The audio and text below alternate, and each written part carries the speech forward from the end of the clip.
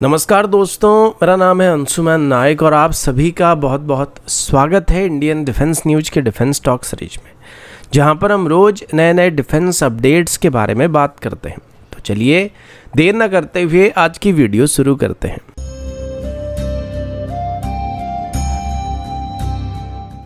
आज की पहली update multi role combat aircraft की टेंडर को लेके है।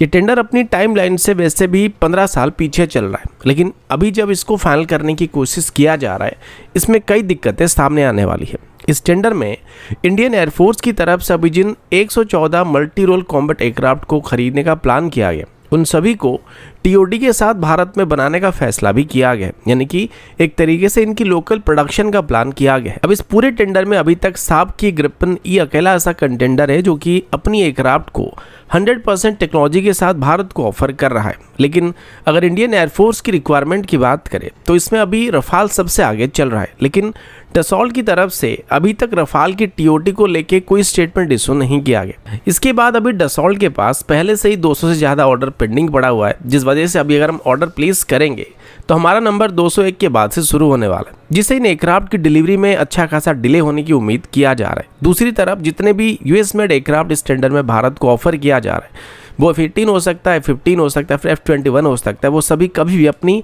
100% टेक्नोलॉजी को भारत के साथ शेयर नहीं करेंगे, जिस वजह से अभी मल्टी रोल कॉम्बैट एयरक्राफ्ट की टेंडर की सिलेक्शन प्रोसेस में एक बहुत ही टफ नेगोशिएशन की उम्मीद किया जा रहा है। भले इसमें से कोई भी एयरक्राफ्ट हम खरीदे, वो रफाल हो सकता है, F-15EX हो सकता है, F-21 हो सकता है, यूरोफाइटर हो सकता है, MiG-35 हो सकता है, फिर Su-35 भी हो सकता है, लेकिन रशियन ओरिजिन एयरक्राफ्ट और ग्रिपन ई को छोड़कर अगर भारत बाकी किसी भी एयरक्राफ्ट को भी सिलेक्ट करता है, जिसकी सबसे ज़्यादा चांसेस अभी है, उसको लेके भारत को एक बहुत ही कठिन नेगोशिएशन को करना पड़ने वाला है। खास करके प्राइस, टीओटी और लोकल प्रोडक्शन को लेके काफ़ी खींचातानी होने की उम्मीद किया जा सकता है। अगला अपडेट लॉयटरिंग मुनिशन की तरफ से है। रिसेंटली नागपुर की एक कंपनी सोलर ग्रुप की तरफ से इंडियन आर्मी को अपनी नागास्त्र 1 लॉयटरिंग मुनिशन की पहली बैच को डिलीवर किया गया था। नागास्त्र 1 को ऑर्डर करने से पहले इंडियन आर्मी की तरफ से इसकी काफ़ी सारे टेस्ट को भी किया गया था और लद्दाख जैसे एरिया में इसको टेस्ट करने के बाद इसको ऑर्डर करने का फैसला किया गया था, जिसमें नागास्त्र 1 को इजराइल और पुलिस ओरिजिन लॉयटरिंग मुनिशन के साथ कम्पीट करना पड़ा था। इसके बाद अभी सोलर ग्रुप की तरफ से ये बताया जा रहा है कि वो अभी नागास्त्र 1 के बाद नागास्त्र 2 की भी ऑर्डर करने की उम्मीद कर रहे हैं। इसकी टेस्ट को 2022 में आर्मी की तरफ से कंडक्ट किया गया था और इसने भी आर्मी की रिक्वायरमेंट को पूरी तरीके से क्लियर किया था। इसकी खास बात यह कि इसे आमतौर पर ट्यूब लॉन्चर से फायर करने के अलावा ज़रूरत पड़ने पर इसको कैटापल्ट से भी लॉन्च किया जा सकता है। इसका टोटल वजन करीब 20 kg के आसपास है, जिस वजह से इसको एक सोल्जर आराम से अपनी शोल्डर में कैरी कर सकता है और जहां चाहे वहां इसको डिप्लॉय किया जा सकता है। इसमें 4 kg तक की वॉरेट का इस्तेमाल किया जाता है, जो कि 25 किलोमीटर की दूरी तक भी स्ट्राइक कर सकते हैं। आर्मी की तरफ से इसकी टेस्टिंग के दौरान कंपनी को कुछ इनपुट दिया गया था, जिसको लेके उनकी तरफ से कुछ रिफाइनमेंट किया गया है, लेकिन अभी तक इसको लेके ऑफिशियल ऑर्डर को प्लेस नहीं किया गया। पर सोलर ग्रुप के मुताबिक जल्दी इसके लिए ऑर्डर प्लेस करने की उम्मीद किया जा रहा है।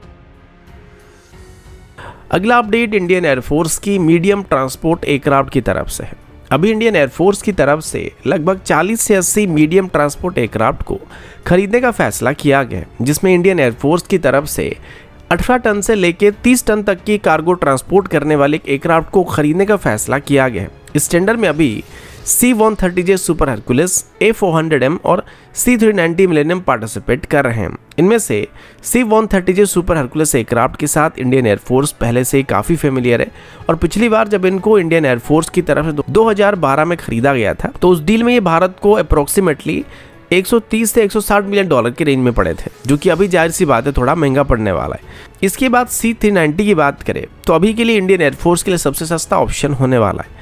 इसको एम्ब्रर की तरफ से 140 मिलियन डॉलर की प्राइस टैग के साथ भारत को ऑफर किया जा रहा है।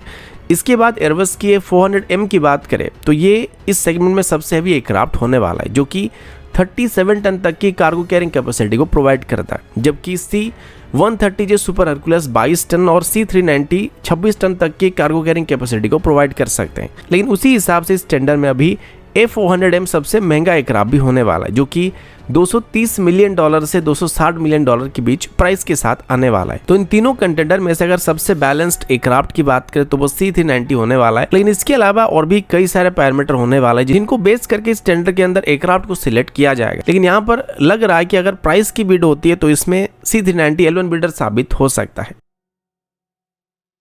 अगला अपडेट इंडियन आर्मी की क्लोज क्वार्टर कार्बाइन टेंडर को लेके है। ये टेंडर 2008 से आज तक चलता आ रहा है और अभी तक फाइनल नहीं हुआ है। इसमें करीब 4,25,000 क्लोज क्वार्टर कार्बाइन खरीदने का प्लान किया गया था, जिनको इंडियन आर्मी अपनी पुरानी हो रही 9mm स्टैंडर्ड की स्टर्लिन सबमशीन गन को रिप्लेस करने के लिए इस्तेमाल करने वाली थी। अब इस टेंडर को जब 2008 में इशू किया गया था, उसमें इंडियन आर्मी को AK-19 राइफल को ऑफर किया गया था। इन AK-19 को एक Indian company BSS metal limited की तरफ से आर्मी को ऑफर किया गया था, जो कि एक तरीके से रशिया के साथ टाई अप करके इनको इंडियन आर्मी को ऑफर करने वाले थे। लेकिन तब इस टेंडर में AK-19 को रिजेक्ट कर दिया गया था। अब इसी बात को लेके BSS मेटल की तरफ से इंडियन आर्मी के खिलाफ एक केस कर दिया गया है, जिसमें BSS मेटल का कहना है कि इंडियन आर्मी ने AK-19 को इसकी परफॉर्मेंस की वजह से रिजेक्ट नहीं किया था, बल्कि इंडियन आर्मी की सभी रिक्वायरमेंट को पूरा कर सकता है। लेकिन आर्मी की तरफ से इसे इस वजह से रिजेक्ट किया गया था क्योंकि BSS मेटल के पास इस टेंडर के रिक्वायरमेंट के मुताबिक बैंक गारंटी मौजूद नहीं था। यानी कि उस टेंडर को हासिल करने के बाद कंपनी को जो सर्टन बैंक बैलेंस को मेंटेन करना होता था वो उनके पास मौजूद नहीं था, और उसी वजह से AK-19 को इंडियन आर्मी की तरफ से रिजेक्ट किया गया था। अब यहाँ पर बात सीधी है कि अगर आपकी कंपनी टेंडर की रूल को पूरा नहीं कर रहा है तो आर्मी आपकी प्रोडक्ट को रिजेक्ट कर सकती है, क्योंकि इतनी बड़ी मात्रा में अगर आर्मी की तरफ से ऑर्डर को प्लेस किया जाता है तो ऑर्डर मिलने के बाद वो सब आप टाइम पर सप्लाई कर पाएंगे नहीं कर पाएंगे, ये भी काफ़ी मायने रखता है। लेकिन AK-19 की बात करें तो ये एक डिसेंट राइफल है जो कि अलग अलग तरह की मॉडर्न अटैचमेंट को सपोर्ट कर सकता है और यहाँ तक कि अंडर बैरल ग्रेनेड लॉन्चर को भी सपोर्ट कर सकता है, और ये NATO स्टैंडर्ड की 5.56 अम्यूनिशन को फायर करता है। पर फिर भी इसको किस वजह से रिजेक्ट कर दिया गया, उसी बात को लेके BSS मेटल की तरफ से आर्मी के ऊपर केस किया गया है। तो दोस्तों अभी के लिए इतना ही, मिलता हूँ आपसे अगले वीडियो में, तब तक के लिए जय हिंद, वंदे मातरम।